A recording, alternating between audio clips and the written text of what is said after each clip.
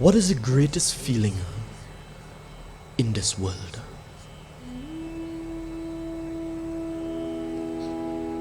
What is the greatest feeling in this world? Anybody want to take a guess?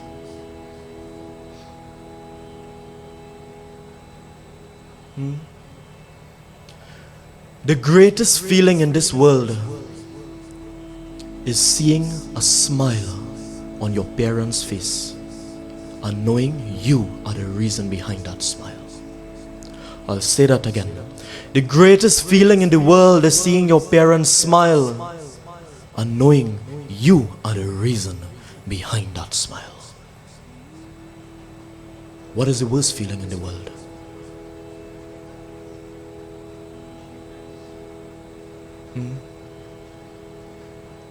The worst feeling in the world is seeing tears fall from your parents' eyes and knowing you are the reason why. The worst feeling in this world is seeing your parents in pain and you know you are the reason why. My dear devotees, in society today, for those of you that have children, when your children win, you as the parent, you feel you win. When your child succeeds, you as the parent, you feel you succeed. When your child overcomes and conquers and is victorious, you feel as a parent that you have also conquered. When your child is in pain, that parent feels that pain. When a child has fallen, that parent feels like they have also fallen. When a child has failed, that parent thinks they have also failed. Greatest feeling in this world, children, is seeing your parents smile and knowing they are smiling because of something you did. Seeing your parents smile and knowing that they are smiling because you have made them proud. Parents, how many of you smile when your children succeed? How many of you smile and that smile is because you are proud of your son or you are proud of your daughter? Parents, how many of you cry and those tears falling from your eyes is because of your son, because of your daughter? How many parents, they go to sleep every night with pain in their heart, worry in their mind because of that child? How many parents, they go to sleep with pride in their heart because of their son or daughter? Our Katha tonight, it speaks about a father and a son. However, this son, he wasn't the cause of the long-term smiles on his father's face, but he was the cause of the long-term tears that rolled from his father's eyes. It is said once, there was this father by the name of Yajnadatta. And Yajnadatta, my dear devotees, he was the definition of simplicity. He was a Brahman, a priest, and he was very simple. Not only was he the definition of simplicity, but he was the definition of knowledge. It is said, Yajnadatta, he was filled with knowledge from the Vedas, the Puranas, the scriptures. He would chant his mantras day and night. He would always invoke that fire and perform his job, his havan, his devotion. He was very well respected. Everyone adored him and cherished him and treasured him. And Yajnadatta, my dear devotees, together with his Dulahin, he had a son by the name of Gunanidhi. And Gunanidhi, my dear devotees, he brought joy to Yajnadatta. He brought joy to his mother. And as he started to grow in life, Yajnadatta started to train his son and guide his son along the correct pathway, the dharmic pathway of life. And this child, he started to learn, he started to grow, he started to prosper. And Yajnadatta, he felt proud. You know why? Because he was shaping his son to be the best version of himself. Parents, I am positive that every one of you listening to us tonight, you would love for your son or your daughter to become the best version of themselves. You feel proud when you are able to guide them and train them in a proper way so that they become the best, most successful version of themselves. And you know something, parents, when you have a son or you have a daughter, as you see them grow in life, on the verge of becoming their best selves, you wish you can give them 5 gifts. You have 5 wishes for them. 5 things you wish you can teach them and have them always remember. Parents, what are the 5 things you wish you can leave with your child forever? You can give to your child. You can teach your child as they grow and become their best selves. Anybody know? Parents?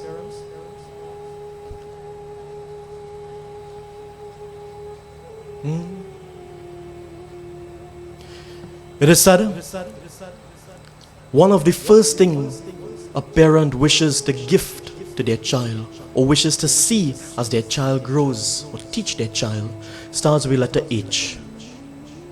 Humility. See that word called humility? It is a very powerful word. And parents, they wish to see that child is being very humble. They wish to teach that child that the world does not revolve around them, but they are part of something larger. It is that an ignorant and an arrogant child believes the world revolves around him or her. However, when a parent blesses their child, teaches their child, guides their child to be humble, that child is aware, you know what? The world doesn't revolve around me. I am just part of it. And for the little time that I am here, I have to do what I have to do in the best way possible. A humble person, my dear devotees, they understand that. But sadly, in the world today, as children grow up, they are trained to believe the world revolves around them. And when they are trained to believe the world revolves around them, they don't care for anyone other than themselves. People who believe the world revolves around them, they live by a mantra called me, myself, and I. It is that a parent, they wish to give that child the ability to be humble. Teach that child to always be humble as they go and as they grow through life. What is the second gift a parent wishes to give to their child or teach their child? Starts with letter E. Take a guess. Empathy. See that word called empathy? It is said, one of the gifts that a parent gives to their child or teaches their child is empathy. Where a child is able to understand things from other people's perspectives, feel the pain of other people. We are living in a world, if you are not empathetic, you can cripple everyone and anyone you meet. And we are living in a society today where sometimes we feel like people are heartless. We ever see someone do something and you say to yourself, you don't have a heart, boy? How are you so cold? Empathy, my dear devotees, when you possess it, you can, as we say, feel the pain of someone else. Example, let us say you're going to work and on the highway you shut down. So you pull on the side and you call your boss and you said, boss, I will be running late. I've just shut down on the highway. And you know what your boss does? He says, it is 7:45, work starts at 8, you have 15 minutes to get here. That boss has no empathy. However, you call that boss and you say, boss, I've shut down. And that boss says, hey, listen, do you want me to send any of the co-workers to come for you? Do you want any help? That is okay. Take your time. When you reach, you reach. That is empathy. The boss understood the situation. How many people in the world today, they are blessed with empathy, where they can understand things from other people's perspective, see things from other people's point of view. It is said the second gift a parent wishes to give their child is that that child is always empathetic, blessed with empathy. So humility and empathy. What's the third gift as a parent you want to see in your child, you want to give your child, you want to teach your child? Starts with letter R. Resilience. See that word called resilience? Every parent wants to know that their child is resilient, meaning strong, brave. We live in a world, my dear devotees, where every corner you turn, somebody is waiting to push you back. Where every corner you turn, some obstacle is waiting to block your pathway. And if you are not resilient, if you are not strong, when adversity comes, you will always falter in life. A parent, they wish that their child, their son or daughter is resilient so that they can stand up to whatever obstacles, whatever problems, whatever difficulties come in their pathway. And I tell you something, my dear devotees, in this world, be resilient. If you fall 7 times, what do? Get up, 8. If you fall 99 times, what do? Get up 100 times. Never, ever stay down. So humility, empathy, resilience. What is the fourth gift a parent wish to give their child or teach their child or share with their child? Anybody? Starts with letter K. Kindness. See that word called kindness? I'll tell you something. Kindness is free. Sprinkle it wherever it is you go. But in this world that we live in, we don't sprinkle kindness. We sprinkle hate. We sprinkle pain. Kindness is a very important thing in this world. If you're not kind, or as we say, have that compassion within you, my dear devotees, you as an individual, you're not whole, you're not complete. We live in a world where sometimes we lack that kindness.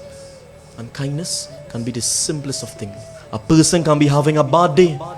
All you have to do is say one kind word to that person. Make that person smile. And that entire day of that person can be transformed. And sometimes even the entire life of that person is transformed. Kindness. And the fifth gift that all parents wish to teach their child or give their child or share with their child starts with letter R as well. Responsibility and accountability. And that is a very important one. Children, mama and papa are not going to be there forever. When you're in trouble, there will come a point in time where you have to stand up on your own. You cannot run to mama, you cannot run to papa again. You'll have to just be there with yourself. Stand on your own. Take responsibility and take accountability. So many of times when things go wrong, when we make a mistake, we don't hold ourselves accountable. We pass the blame on this one and pass the blame on that one. But in this world, you have to take responsibility. You have to be accountable for your actions. At a point in time when you grow, children, you will have to stand on your own 2 feet. You'll have to take care of yourselves. You'll have to take care of your own family. And all parents, they wish that they can teach, give, or share responsibility, share accountability to their child. So those are the gifts. Humility, empathy, resilience, kindness, responsibility, and accountability. Parents, how many of you have begun already sharing these gifts to your children? How many of you have finished sharing these gifts and you've shared more as well? How many of you you're about to start now?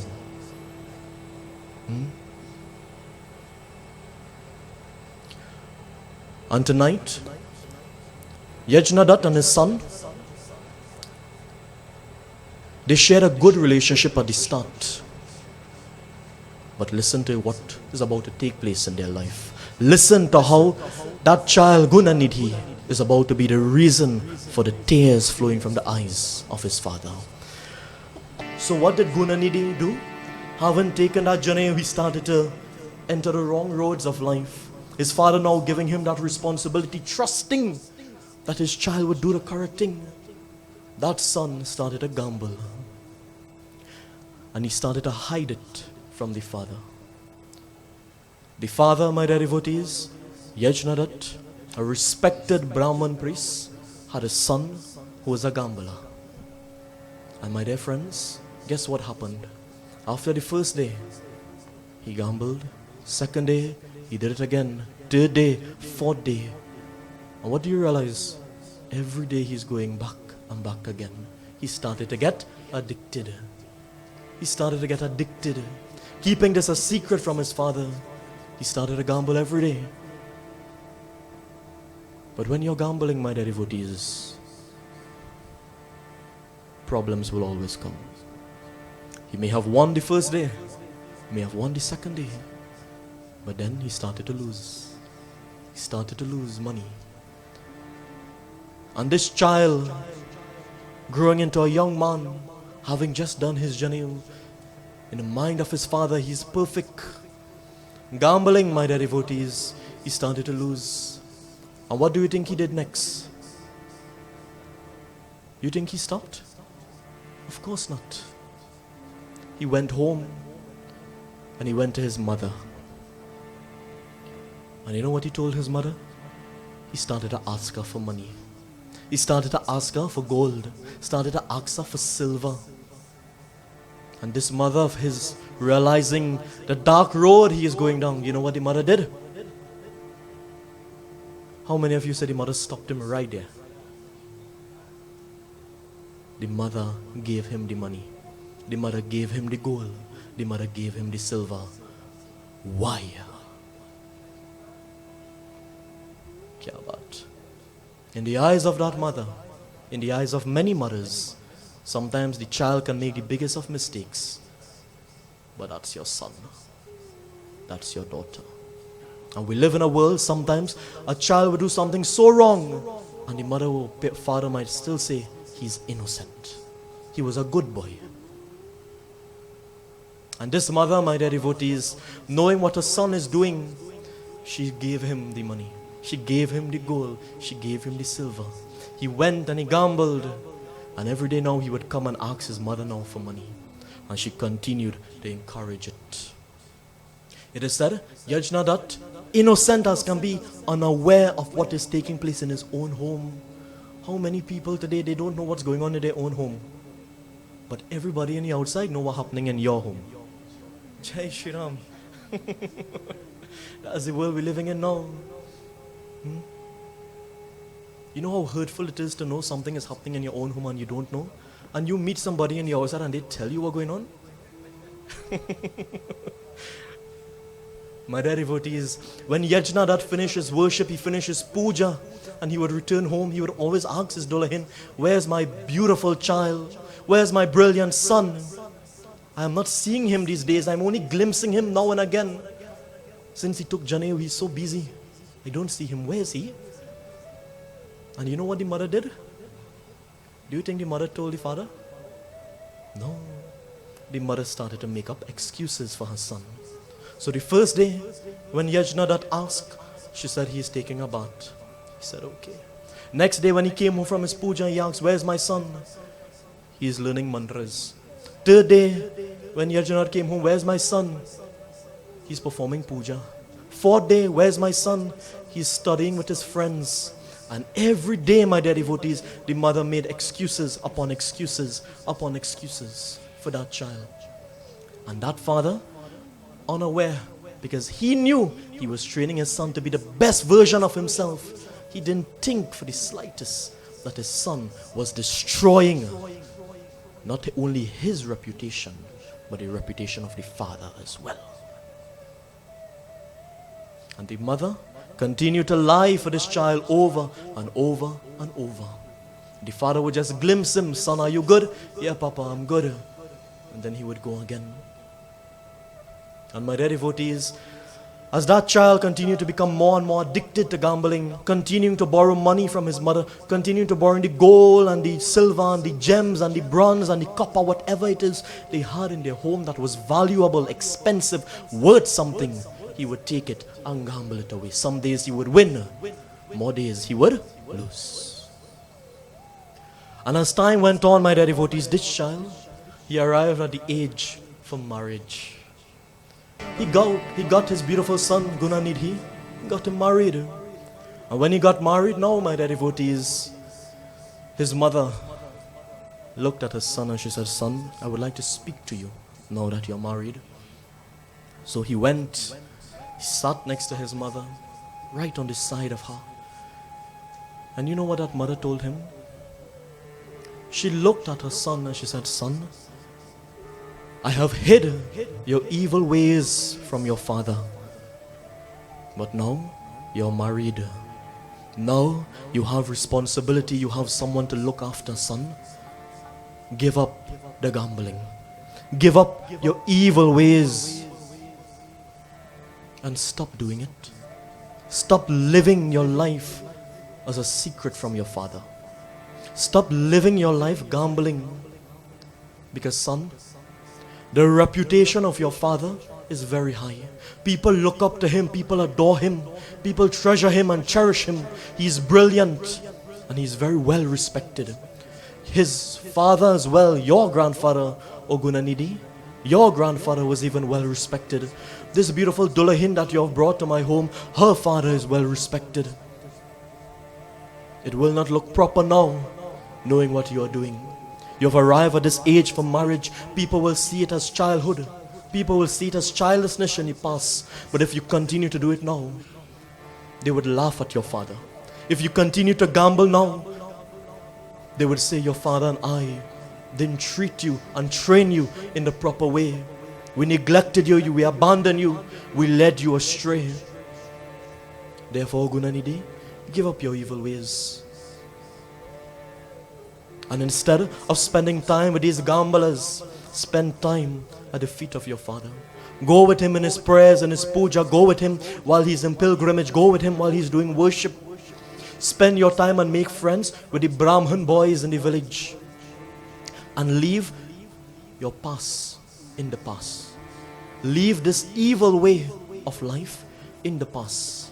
They will look at it as childlessness, but now they would see you as a man with responsibility, and you cannot bring shame to your father's name, not to my name, not to your Dulahin and her parents. Therefore, Gunanidi, give up these evil ways, give up these toxic ways, and devote back yourself to your books. Devote back yourself to your scriptures, the Purans, the Vedas. And Gunanidi, my dear devotees, listening to the words of his mother, he smiled. And you know what he did? What do you think he did? He let it go through this year and come out the next year. Because my dear devotees, when you do something for too long, it becomes a bad habit. And bad habits are very difficult to break. Now let me pause here and let me ask you something. So far in the Katha, who is wrong? The mother? Many of you will say, Baba, yes, the mother is wrong because now she's coming to talk to him. When he's addicted to it, she should have stopped him when he started. She should have never encouraged it. She should have ended it before it began. And here now, she's trying to convince him to stop. But sometimes it's a little too late. Sometimes when you get addicted to something, it's very difficult to stop. And Gunanidhi, listening to the words of the mother, he didn't care. He didn't care that he had a Dulahin to take care of. He didn't care about his name, his reputation. He didn't care about his father anymore. And remember what I told you in the beginning? The greatest feeling in the world is to see your parents smile and know you are the reason why. The worst feeling in the world is to see tears from their eyes and know you are the reason why. Well, Gunanidhi, he saw tears from his mother. He was the reason why. But he didn't care. He didn't care. Parents, I ask you again as I asked you in the beginning, how many of you go to bed with tears in your eyes because your children have done you wrong? How many of you go to sleep with pain and worry and doubt and fright because your child cannot let go of that bad habit? That child who you have raised and nurtured. Look how good Gunanidhi was raised. He was raised with a Brahmin family with so much love and devotion. And if he can turn evil, you and I can go the same pathway, my dear devotees. And that is the reality of the world. Sometimes as a parent, you may say, Baba, I do so much for this child. I don't know why he's doing this to me now. And sometimes you're correct. Sometimes you did nothing wrong. But sometimes the influence on the outside is what transforms your son or your daughter. Sometimes it's the company that they keep, the places that they go, that transform them. How many of times you hear in school, a child home, he's the most loving child, but when he goes to school, he's a different person. Because the friends are influencing him. And the teacher calls the parent, your child is giving trouble. My child?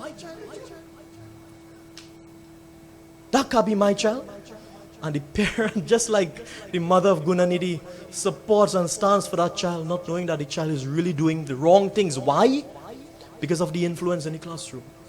The parents say, when my child comes home, he's loving, he's kind, he's a good boy, good girl. But when he go out there, he's a bad John. And that's the reality of the world, my dear devotees. And Gunanidhi, hearing the words of his mother, he didn't care. He didn't care that he was the reason for her tears. He continued to gamble. He continued to take money. He didn't ask her anymore, he just took it. Any valuable item in the home, he just took it. Whatever he found, whatever he laid his hands on, he took, he gambled. Sometimes he won, but more times he lost. My dear devotees, it is said one day, while gambling, something took place in his life. And I want you to remember this. What is in the dark will one day come into the light. Gunanidhi, my dear devotees, neglecting his Dulahin, neglecting his mother. In the eyes of the father, he is still God. In the eyes of his father, that son is doing nothing wrong. The father still didn't know what was taking place. It is said one day Gunanidhi, he came home in trouble, in debt, needing something to gamble off. And you know what he sees? He sees the ring that his father wears. A ring decked in gems. Expensive. And you know what he did? Without thinking that his father would realize the ring is missing, because this is the ring the father wears every day, he took it and he went and he gambled. It is said, my dear devotees, as that child gambled away that ring, that same evening, when that father was walking home, listen to what takes place.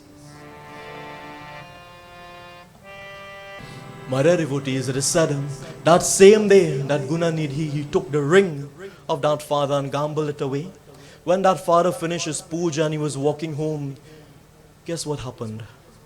He happened to walk past where some gamblers were.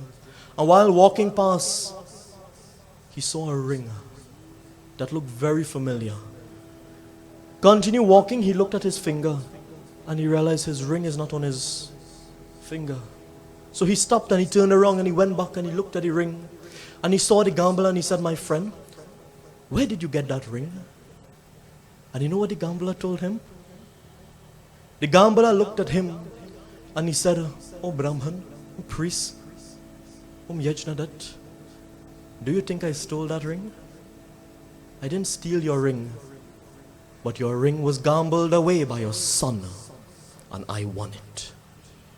And the moment, my dear devotees, that father heard, gambled away by your son, his entire body felt cooler.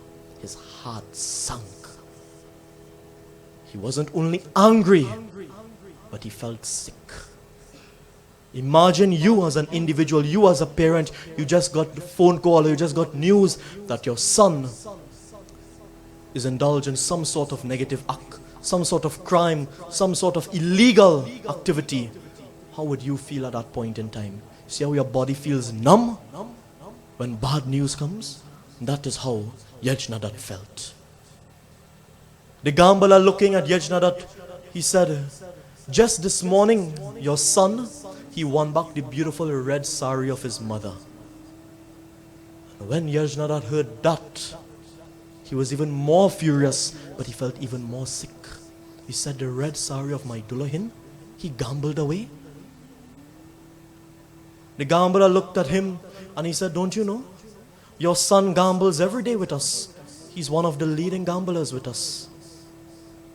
He gambles and he gambles and he loses and he loses. And he keeps bringing different things from your home. Vases with gems, jewels, money, gold, silver, this sari, and today your ring. And my dear devotees, that father's entire life, in his eyes, he felt ruined. He felt destroyed. He felt shattered. The gambler continued to speak. He said, your son gambles so much, he doesn't win so much, that even one day he gambled his own clothes. He stood without any clothes in the road. Gambling. The father, my dear devotees, the smile that he had on his face because of his child turned to tears because of the child. The father took his scarf, covered his head, bent it low, and he walked home.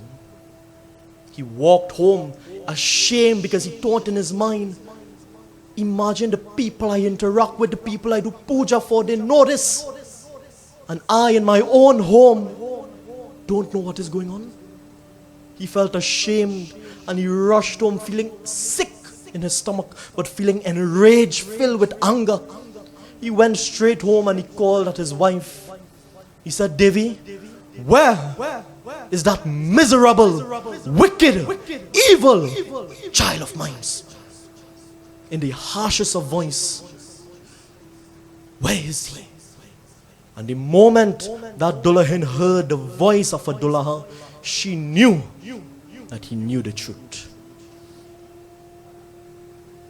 You know what she did? She started to panic. He said, Devi, where's my ring that I wear every day? Where's the vase from here? Where's your red sari that I used to see every day? And she started to panic. You know what she said? She said, Yajnadat, we have guests coming by us today. Your son is busy. He said, no. Every day you told me he's studying with his friends. He's learning mantras. Where in reality he was destroying the reputation that I built. He was destroying his own name, your name, my name. He was destroying everything that I stood for.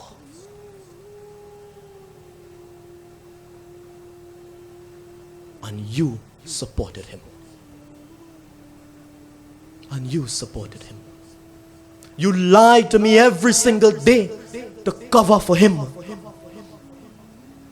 And watch what has happened now. He looked at his Dullahan and he said, Devi, when he returns home, tell him he is not allowed to step foot in this house again.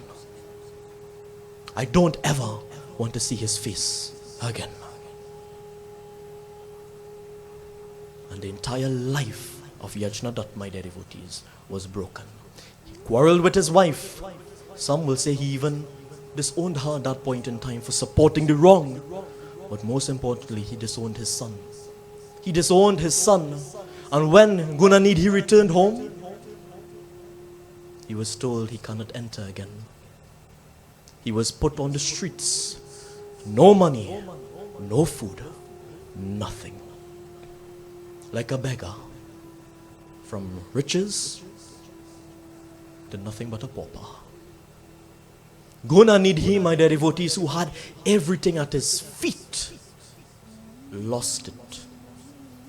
And the moment he couldn't enter that home, then and only then did he feel guilty for what he was doing.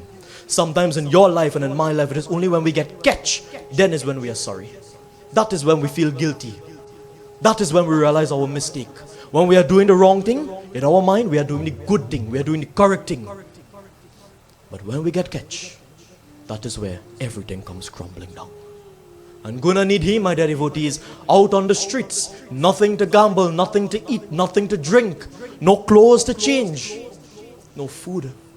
He wandered along those streets, cursing his luck. Cursing his luck.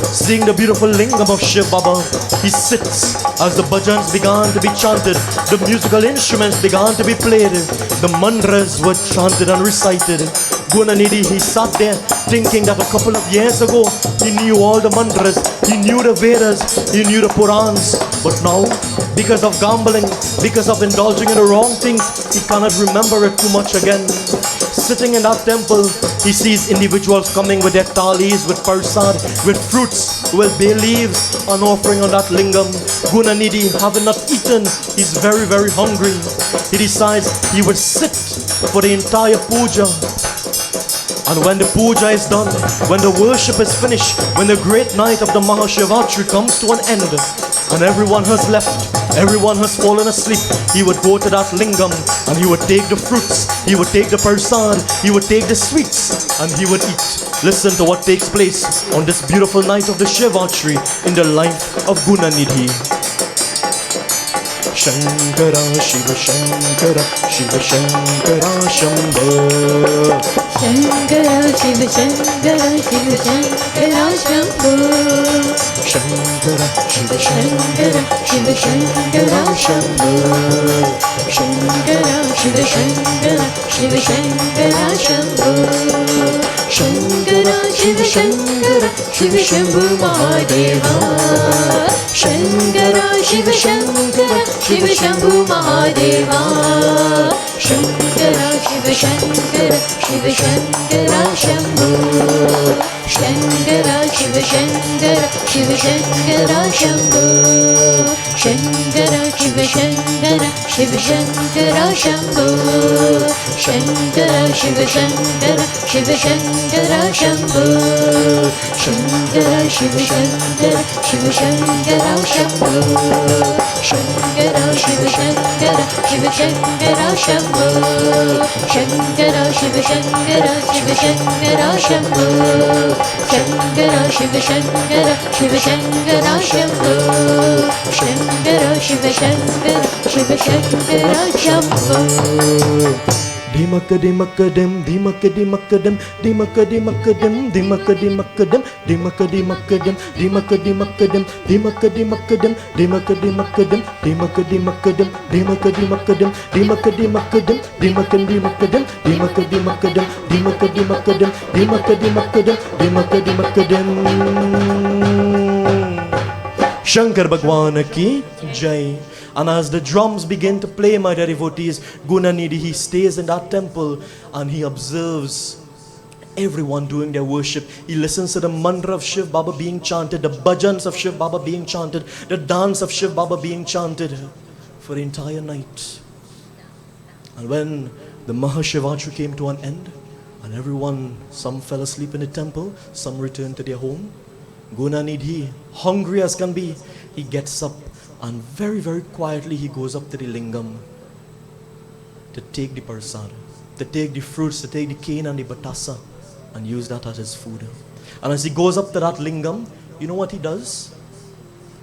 The diya that was lighting by that lingam, just as this diya is lighting here, it was about to out. So you know what he did? Because the diya was about to out, he couldn't see exactly where the prasad was. So he ripped a piece of his clothing and he made it like a wick and he placed it in the diya and it started to light bright. The moment it started to light brightly, he touched that lingam and he took all the fruits and prasad that he could have held in his hand and he started to sneak out as quietly as possible to partake of these sweets. And as he is sneaking out, my dear devotees, luck had it that he tripped over one of the men sleeping in the temple. And when he tripped over one of the men sleeping in the temple, the man woke up and shouted, "Thief!" Everyone opened their eyes, the lights came on, and Gunanidhi, caught with all the sweets in his hand, he rushed outside as they started to chase him, and he saw the guards coming towards him. The moment he saw the guards coming towards him, he knew he got caught. He knew he got caught. And you know what he did? Right before the guards approached, the little prasad he had in his hand, the little sweets, he ate it. He ate it because he's hungry. And the guards took him away. My dear devotees, Gunanidhi, he wasn't born to be on the outside. He was born in a beautiful family. And now he was forced to live on the outside. And you know what? he didn't live long on that outside. He didn't live long after that Shivratri, my dear devotees. And eventually, he took his last breath. Suffering on the outside, waste away his entire life. He died. But when he died, listen to what takes place. Shankara, Shiva Shankara, Shiva Shankara, Shambho. Hey! Shankara, Shiva Shankara, Shiva Shankara, Shambho. Everybody! Shankara, Shiva Shankara, Shiva Shankara, Shambho. Shankara, Shiva Shankara, Shiva Shankara, Shambho. Shankara, Shiva Shankara, Shiva Shambho Mahadeva. Shankara, Shiva Shankara, Shiva Shambho Mahadeva. Shankara, Shiva Shankara, Shiva Shankara, Shambho. Shankara, Shiva Shankara, Shiva Shankara, Shambho. Shankara, Shiva Shankara, Shiva Shankara, Shambho. It is said, as Guna Nidhi, my dear devotees, he took his last breath and he died. The servants of Yamraj, they appeared before him in a very fierce form, in a very frightful form. And appearing before Gunanidhi, he felt fear, he became scared, he became worried. And just when the servants of Yamraj was about to take Gunanidhi, it is said, the gunners of Lord Shiva arrived there. The moment the gunners of Lord Shiva arrived there, the heavens, they burst open. The devas started to shower flowers. The sounds of musical instruments started to be played. The gunners of Lord Shiva, looking at the servants of Yamraj, they said, do not touch our devotee. Do not touch our bhakta. The servants of Yamraj said, how can he be your bhakta? How can he be your devotee? Listen to what the Shiva Ganas is about to do. Listen to what they are about to say as we bring the curtains down tonight, my dear devotees. Clap with me and sing with me. Shiva Shankara, Shambho. Shankara, Shiva Shankara, Shiva Shankara, Shambho. Shankara, Shiva Shankara, Shiva Shankara, Shambho. Shankara, Shiva Shankara, Shiva Shankara, Shambho. Shankara, Shiva Shankara, Shiva Shankara, Shambho. Shankara, Shiva Shankara, Shiva Shankara, Shambho. Shankara, Shiva Shankara, Shiva Shankara, Shambho. Shankara, Shiva Shankara, Shiva Shankara, Shambho. प्रेम से बोलो शंकर भगवान की, उमापति महादेव की, हर हर महादेव की. And as the gunners of Shiv Baba, the attendants of Shiv Baba arrived there, they told the servants of Yamraj, do not touch our devotee. And they said, why? They became scared of the attendants of Lord Shiva. They said, why? Don't you know what he has done? He is a Brahman and he has wasted his entire life. He has lived a very negative life, very impure and toxic life. He brought tears at the eyes of his parents. He destroyed the reputation of his father. He destroyed his own reputation. He destroyed the reputation of his entire lineage. How can a person like that not come with us to Yamraj? He gambled. He took the gems and the jewels from his mother, and he gambled it, wealth from his mother, and gambled gold, silver, bronze, copper, and gambled clothes, gambled ring, gambled. He indulged in everything that was toxic and everything that was tamasic. And what makes it worse, on the night of Shivratri, when he was kicked out of his home, he stole the prasad of the Lord. How can a person like that ever go with you? He doesn't deserve the touch of you. He doesn't deserve to see Lord Shiva. And you know what the gunners said? They said, oh servants of Yamdev, listen carefully. Yes, he gambled. Yes, he lived a very wrong life, a very toxic life. But on that great night of the Mahashivatri, he came to the temple hungry. But he didn't eat until it was finished. He fasted technically the whole night. Not only did he fast the entire night, but he remained in that temple while the singing and the dance and the mantras was being chanted. He listened to the name of Shiv Baba. Not only that, but when devotees offered their prasad and their bay leaf, he stood there or sat there and he looked at them. He was in the presence where devotion to Shiv Baba was being done. His mind was only focused on that lingam as they were putting the bay leaves and the prasad.